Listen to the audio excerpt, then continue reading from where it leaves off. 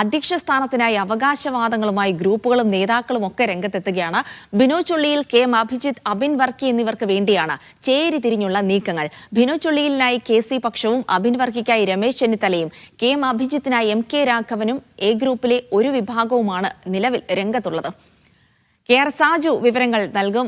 സാജു, ഇനിയിപ്പോൾ യൂത്ത് കോൺഗ്രസ് സംസ്ഥാന അധ്യക്ഷനെ തെരഞ്ഞെടുക്കേണ്ടതുണ്ട്. അതിനായി ഓരോ നേതാക്കളും ഓരോ കാൻഡിഡേറ്റ്സിനായി നിലകൊണ്ടിരിക്കുന്ന ഒരു സാഹചര്യം കൂടിയുണ്ട്. പ്രത്യേകിച്ച് യൂത്ത് കോൺഗ്രസ് അധ്യക്ഷൻ എന്ന് പറയുമ്പോൾ ഒരു സാമുദായിക സമവാക്യങ്ങൾ കൂടി അവിടെ പരിഗണിക്കേണ്ടതുണ്ട്. നിലവിൽ KPCC ആണെങ്കിലും KSU ആണെങ്കിലും മഹിളാ കോൺഗ്രസ് ആണെങ്കിലും ഒരു ന്യൂനപക്ഷ മുഖമാണ് അധ്യക്ഷ സ്ഥാനത്തുള്ളത് എന്നുകൊണ്ട് തന്നെ അബിൻ വർക്കിക്ക് ഇനി എത്രത്തോളം സാധ്യതയുണ്ട് എന്നുള്ള കാര്യം കൂടി നമ്മൾ ചിന്തിക്കേണ്ടിയിരിക്കുന്നു. നിലവിൽ എങ്ങനെയാണ് ഇതുമായി ബന്ധപ്പെട്ട സജീവമായ നീക്കങ്ങൾ നടക്കുന്നത് സാജു?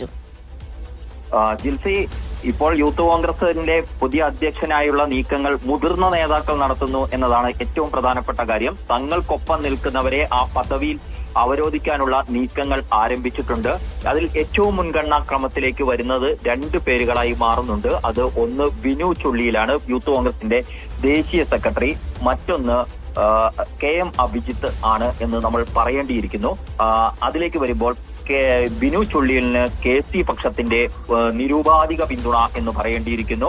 KC പക്ഷം ഇപ്പോൾ ബിനോയ് ചുള്ളിയിലിനായി കളത്തിലേക്ക് ഇറങ്ങിയിട്ടുണ്ട്. അതുകൊണ്ട് തന്നെ ബിനോയ് ചുള്ളിയിലിനുള്ള സാധ്യതകൾ കൂടുന്നു ഈ ഘട്ടത്തിൽ എന്ന് പറയേണ്ടിയിരിക്കുന്നു. ഒപ്പം തന്നെ അതിന് ചില സാഹചര്യങ്ങളുണ്ട്. ഒന്ന്, അദ്ദേഹം മുന്നോക്ക സമുദായത്തിൽ നിന്നുള്ള ആളാണ്. നേരത്തെ ജിൽസി സൂചിപ്പിച്ചതുപോലെ കോൺഗ്രസ്, മഹിളാ കോൺഗ്രസ്, അതുപോലെ തന്നെ KSU, ഇത് മൂന്നും ന്യൂനപക്ഷ സമുദായങ്ങളിൽ നിന്നുള്ളവരാകുമ്പോൾ സ്വാഭാവികമായും സാമുദായിക പരിഗണനകൾ അവിടെ ബിനോയ് ചുള്ളിയിലിന് അതും അനുകൂലമാണ്. ഒപ്പം KC പക്ഷത്തിന്റെ പിന്തുണ കൂടെ വരുന്നു. യൂത്ത് കോൺഗ്രസിന്റെ ദേശീയ സെക്രട്ടറിയാണ്. കേരളത്തിലെ ഇപ്പോഴത്തെ പ്രത്യേക സാഹചര്യത്തിൽ യൂത്ത് കോൺഗ്രസിന്റെ അധ്യക്ഷനെ രാജിവെച്ചു പോകേണ്ടി വന്നതിനാൽ കാര്യങ്ങൾ കൂടുതൽ നോക്കാനായി ദേശീയ നേതൃത്വത്തിൽ നിന്നും ഉള്ള ആൾ കൂടി ചുമതലപ്പെടുത്തപ്പെടുന്നു എന്ന നിലയിലേക്ക് കൂടി അത് വ്യാഖ്യാനിക്കപ്പെടും. മാത്രമല്ല, മുമ്പ് സംഘടനാ തെരഞ്ഞെടുപ്പിൽ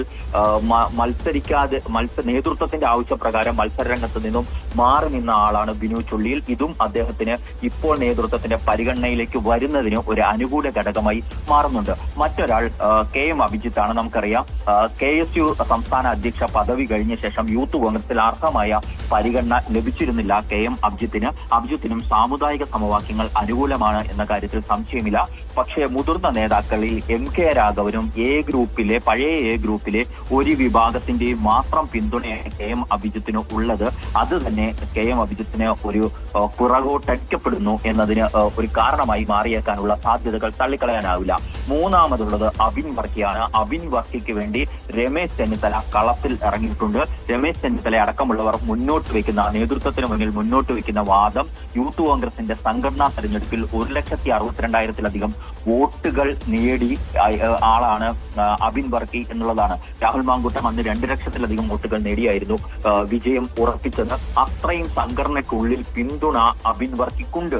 അങ്ങനെ ഒരാളെ ആണ് ഇപ്പോൾ പകരക്കാരനായി നിയോഗിക്കേണ്ടത് എന്നുള്ളതാണ്. പക്ഷെ നമുക്കറിയാം, OJ ജലീഷിനെ പോലുള്ളവർ കൂടി യൂത്ത് കോൺഗ്രസിന്റെ നിലവിലെ സംസ്ഥാന ഉപാധ്യക്ഷന്മാരിൽ ഈ അധ്യക്ഷ സ്ഥാനം മോഹിച്ച് രംഗത്തുണ്ട് എന്നുള്ളത് വസ്തുതയാണ്. അപ്പോൾ ഈ വൈസ് പ്രസിഡന്റുമാർ തമ്മിൽ തന്നെ ഇങ്ങനെ തർക്കം ഉടലെടുക്കുന്ന സാഹചര്യത്തിൽ അത് മറ്റൊരാളിലേക്ക് പോകാനുള്ള സാധ്യത അവിടെയും നിൽക്കുന്നു. അബിൻ വർക്കിക്ക് സാമുദായിക ഘടകങ്ങൾ ഇപ്പോൾ അനുകൂലമല്ല ഈ പോസ്റ്റിലേക്ക് എന്നതും മറ്റൊരു വസ്തുതയായി നിലനിൽക്കുന്നുണ്ട്.